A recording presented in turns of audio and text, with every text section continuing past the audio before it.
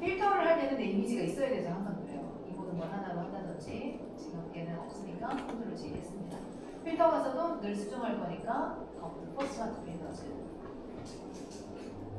오케이. 여기 필터에 샤프는 있겠습니다. 선명하게. 근데 참 희한하게 제가 포토샵을 배우고 나서 여기에서 샤픈에서는 언샤픈 마스크라는 거를 예전에 했었어요. 네. 그러다가 그 다음에 배운 거는 그거는 포토샵 잘 못하는 애들이 하는 거지 하면서 하이패스라는 걸 배운 거예요. 그래서 하이패스 아더에 들어있는 상황이긴 한데 그러다가 이제 한참을 진짜 평생 거의 지금까지 여태까지 하다가 한 작년쯤부터 여기 있는 필터가 좀 괜찮아졌어 해가지고 써볼만하다 해서 쓰고 있습니다. 언샤프 마스크가 아니라 스마트 샤프.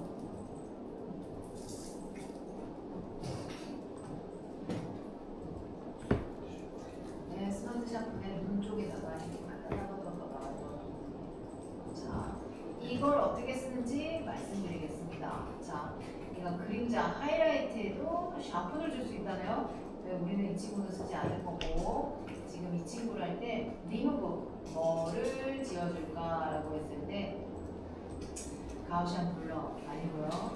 모션 블러 아니고요. 렌즈 블러 하겠습니다. 왜냐면 모션 블러도 흔들린 것도 잡아주겠다는데 우리가 물리적으로 그 각도를 찾기가 너무 힘들어요. 모션 블러가 얘가 어떤 기능이냐면 35도 기울어졌는데 그걸 다시 맞춰줄게 하는 그런 애들이거든요. 근데 제가 얘가 35도 기울어졌는지 20도 기울어졌는지 모르잖아요. 그래서 모션 블러는 그냥 애초에 선생님 쓰지 말자. 그러니까 사진을 찍었을 때 여기 효과로 모션 블러를 주는 것도 있겠습니다만 저는 그걸 알려주지도 않지만 여기에서 우리가 하는 건 초점이 흐릿해지는 건 렌즈 블러다 이렇게 기억하시면 되겠어요. 그래서 렌즈 블러를 체크를 하시고 그 다음에 리듀스 노이즈 노이즈를 없애주겠대요. 아까 화면이 거칠어지고 그랬잖아요. 그렇죠? 노이즈 없애주는 기능이 있는데 선생님 리듀스 노이즈가 없어진다 말인데요. 리덕션이 블러를 시키는 거예요. 참 희한하죠? 네, 샤픈인데 노이즈 리덕션을 하면은 그러니까 리듀스 노이즈를 하면은 필테져요. 그래서 얘는 지금 이거 쓸 때는 쓰지 않겠어요. 그냥 질감을 살리는 걸 하겠어요. 그 다음에 얘를 쓰기 위해서 우리가 어떤 정도의 양을 어느 픽셀에서 할까, 어느 정도 간격을 레이트를 줄까인데요. 이때 확인하기 위해서 어마운트를 다 올려봐요. 어마운트를 다 올렸어요. 다 올려도 거의 변화가 없죠? 왜냐면 적용시키는 범위가 0이기 때문에. 됐나요? 내가 범위를 정하는데 여기가 지금 0이기 때문에 아무것도 안 되고 있죠? 그래서 얘를 올려보시면 되고요. 이미지에 초점이 맞아지는 범위가 보여지기 시작하나요? 그래서 이때 임계 초점면처럼 임계점까지 갑니다. 임계가 최대치라고 생각하시면 돼요. 지금 사실은 어마운트를 500으로 했기 때문에 얘가 완전 최대로 내가 이미지가 손상 없이 되는 상태의 최대치까지 간 겁니다. 이렇게 라디우스를 정했잖아요. 그러고 나면은 어마운트를 조금 살짝 조절해 주세요.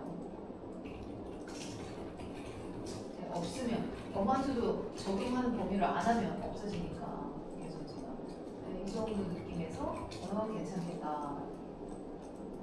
뭐 500%에서 선생님 손상이 없으면 계속 써도 되고요. 약간 너무 과한데 하면은 어마운트 양을 조금만 조절을 해가지고 됐나요? 오케이 하시면 선생님 before, after 100% 물가 더블 클릭해서 와 선생님 어떤가요? 이 세 개 중에 지금 현재 가장 잘 해줬다라고 판단이 되나요? 이것도 어느 수치에 어떤 이미지 어떻게 하냐에 따라서 다른데 왜냐면 이 친구의 단점이 뭐냐면 얘도요 자동으로 하는 거잖아요. 그래서 아까 말씀드린 리무브 툴이 질감 패턴을 만든댔잖아요. 얘도 전시를 가잖아요. 얘 스마트 샤프 썼네를 알 수 있어요. 왜냐면 그 대각형 형태, 한 육각형 형태로 얘네들이 그렇게 짜집기를 이렇게 뭉쳐요. 그래서 그런 패턴이 보여지기 시작해요. 얘는 또 너무 많이 씁니다. 그 요시고 선생님 요시고 아시나요? 요시고 전시를 갔단 말이죠. 한국에서 2, 3년 전에 요시고를 하고 나서 대히트여가지고 2회 개인전을 한국에서 또 했었는데 제가 1일 때는 안 가봤었는데 사람들이 하도 막 이래가지고 얼리버드 해가지고 해놓고 마지막 날 갔어요. 제가 무슨 갔는데 연장도 했더라고요 선생님. 이제 끝나는 날 아니야? 이제 가야 되는 거 아니야 친구랑? 이렇게 얘기를 했는데 연장을 했대. 그래서 8개월 전시한 거 아세요? 요시고가 전시를 한국에서 그만큼 인기가 많았어. 그래서 그분이 필름도 찍고, 그래서 필름도 포트라 400 찍었다 해가지고 친구가 포트라 400을 찍을까? 뭐 이러면서 우리가. 왜냐면 필름은요 그 색감 때문에 찍는 거잖아요. 노이즈는 그 특성이고.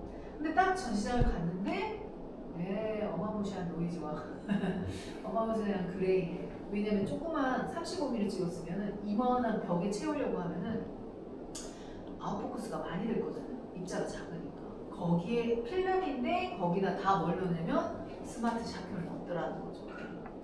그래서 제가 야 이거 스마트 샤프 넣어서 이런 질감이야 같이 간 친구들 다 사진하기 때문에 보라. 근데 그들은 포토이기 때문에 리터칭 잘 아는데 아무튼 제가 더 얘기를 해주고 이거 스마트 샤프 때문에 너무 과하게 넣어가지고 이렇게 됐다.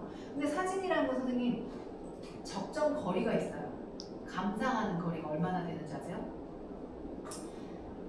보고자 하는 매체의 대각선 길이의 4배에서 보시는 거예요. 그래서 이 작업을 만약에 이 스크린만한 크기의 작업을 한눈에 보고 싶다 하시잖아요. 그럼 이 대각선 길이의 4배를 저 벽에 붙어서 봐야지만 얘를 잘 보는 거다. 이해되시나요? 그런데 우리는 이 공간에 대한 거리가 없으니까 가까이서 보니까 포커스 내 초점이 나갔네 이러잖아요. 그래서 그 요시고의 사실은 그 사진도요 45도 머리에서 보면은 필름의 요만한 A4 크기의 볼 때의 작업이랑 다르지 않게 보일 건데 사람들이 공간에서 가까이 가게 되니까 그렇게 하는 거죠. 정현두라는 작가가 국립현대미술관 서울관에서 전시를 할 때 아예 관람하는 소파를 그 위치에 놓고 있었어요. 아예 그 개념적으로 내 사진을 감상할 때 큰 사진을 보려고 할 때는 그 정도 내외예요. 소파를 이렇게 두고 근데 하나만 두지 않고 그 작가가 어떻게 했냐면 이쪽 변에 하나 설치하고 이쪽 변에 설치 하나를 했어요. 그러면서 이쪽에서 볼 때는 요 소파 저쪽은 요 소파인데 사람들이 어떻게 하냐면 여기서 이걸 보는 거. 또 잘못 한눈에 안 보이는 이런 것들도 에피소드 재미있는 게 있었다. 그래서 선생님께서도 이 작업을 본다 했을 때는 대각선 길의 4배에서 손바닥만한 친구도 얘가 보려면 4배에서 이 정도에서 보는 게 한눈에 다 보이는 이미지 크기. 그래서 픽셀이 깨졌네 이런 거를 확인하는 것도 항상 그 정도 거리에서 확인을 하면 된다 보시면 됩니다. 그래서 현수막 같은 거 본 적 있나요? 엄청 깨진 사진인데 저 빌딩에 걸려 있으면 그냥 뚜렷해 보이잖아요. 그런 또 개념이 있고 그러합니다. 그래서 여기서도 친구가 작아졌을 때 초점이 많아 보이지만 100%에 필요하고요. 여기서도 머리카락 그래서 심각하네요. 어떻게 할 건가요? Alt 눌러서 완전 마스크한 다음에 또 아까 동일하게 우리가 필요한 데만 쓰시면 됩니다. 그래서 얘도 괜찮은 것 같지만 과하게 쓰실 경우에는 각각의 특징이 있는데 아까 하이패스는 시커멓게끔 됐었고 그죠? 선들이 막 그렇게 됐었고 이 친구는 그런 패턴이 지금 제가 그 정도로 하진 않았는데 패턴이 많이 생길 수 있다. 그리고 한편으로는 선생님 어떠신가요? 이 정도 포커스가 흐릿한 친구에 내가 느낌 좋은 게 있었어요. 그러면 또 해볼 수 있겠다. 근데 이제 그런 경험을 쌓아가는 거예요. 선생님 찍으셨을 때도 만약에 선생님이 실장됐을 때 우리 도와주는 친구가 잘하지 못했을 때 여유롭게 그거는 스마트 샤폰을 하면 돼 하이패스를 해줘 이렇게. 왜냐면 조수가 하는 역할이 뭔지 아세요? 촬영 가면은 초점 맞는지 확인하는 일을 하거든요. 그러니까 캡처원에 앉아가지고 선생님 실장님 책 찍었잖아요. 초점 맞습니다. 초점 맞습니다. 이런 거 초반에는 하실 거라는 거예요. 이해되나요? 그래서 사진에서 초점을 맞추는 게 되게 중요하다라고 생각하고 우리가 선생님 작업하실 때도 초점이 맞는 사진 위주로 이렇게 하는 방법이 있다 하더라도 초점을 잘 맞춰서 찍어주면 좋겠다라는 생각이 드네요. 그래서 시험 문제에 맞춰서 지금 우리가 한번 이미지 사이즈도 바꿔보고요. 여백 넣는 거 실제로 안 해봤잖아요. 우리가 한번 해보긴 했지만 만약에 끝났다라고 했을 때 시험에 크롭이 있단 말이죠. 크롭이랑 그런 것들을 한번 해가지고 사이즈 바꾸는 거 한번 해보도록 하겠습니다. 그래서 크롭을 한다라고 했을 때는 선생님 항상 언제 할 수 있다나요? 크롭은? 레스터일 때, 이미지일 때 하고요. 사이즈를 바꾸겠다면 스마트 오브젝트일 때 사이즈를 바꾸자. 그래서 간혹 우리 선생님께서 어떻게 하시면요. 그거를 순서를 바꿔서 하세요. 스마트 오브젝트로 한 다음에 크롭 안 했지? 하고 크롭을 진행하려고요. 그러면 나중에 다 지금 선생님 크롭이 안 돼요 라고 간다라고 거죠. 크롭을 진행하고 나서 스마트 오브젝트로 한 다음에 이미지 사이즈를 바꾸겠다 이렇게 생각하시면 되겠습니다. 왜냐면 두 시험 다 사이즈 크롭을 해야 되거든요. 인물 사진에서도 아까 얼핏 보면 없는 것 같다라고 생각하겠지만 보여드릴게요. 시험 문제를